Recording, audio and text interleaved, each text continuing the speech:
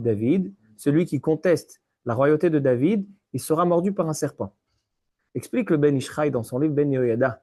Pourquoi le serpent? Pourquoi on ne lui a pas donné une autre punition? Celui qui conteste la royauté de David, le serpent. Explique le Ben Yehoyada, Ben Ishraï.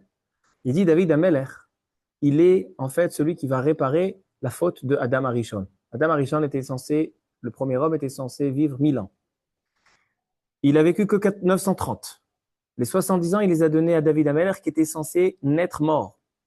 Il lui a donné 70 ans et David Amelech a rectifié la faute d'Adam Arishon. Et par le descendant de David Amelech, le Mashiach, on rectifiera complètement la faute du premier homme. C'est pour ça que Adam, les lettres Adam, Aleph, Dalet même, c'est Rachet Evot, Adam, David, Mashiach.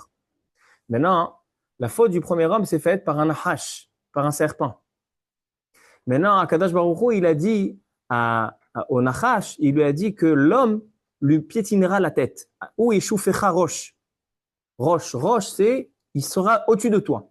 Si tu prends les lettres Nachash et tu vas chaque lettre, la lettre qui la précède, qui est au-dessus d'elle, le Nachash, donc Nun, c'est Mem, Chet, c'est Zain, Shin, c'est Resh. C'est les lettres Zemer, Zmirot.